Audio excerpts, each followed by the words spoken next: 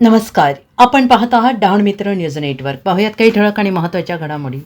डहाणूत रमजान ईदच्या पार्श्वभूमीवर एकता आणि भाईचाऱ्याचे दर्शन. देशभरात रमजान ईद साजरी होत असताना डहाणूतही मुस्लिम बांधवांनी नमाज अदा केल्यानंतर एकमेकांना ईदच्या शुभेच्छा दिल्या आणि याच पार्श्वभूमीवर हिंदू बांधवांनी मुस्लिम समाजाला ईदच्या शुभेच्छा व्यक्त करत सौहार्दपूर्ण वातावरणाची उजळणी केली.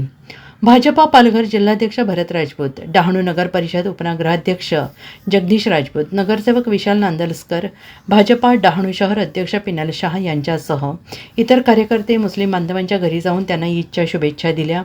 अमजद खान, पत्रकार रफिक खाची, नईम खान आणि इतर स्थानिक मुस्लिम बांधवांच्या घरी सदिच्छा भेट दिली. भेटीदरम्यान सर्व उपस्थितांनी एकमेकांशी सौहार्दपूर्ण संवाद साधला आणि एकता आणि भाईचारा यांचा संदेश सामूहिकपणे दिला.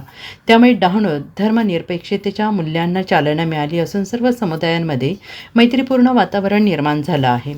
डहाणूमध्ये साजरी झालेली ही ईद केवळ धार्मिक उत्सव नव्हे तर सामाजिक एकतेचं देखील प्रतीक ठरलं आहे.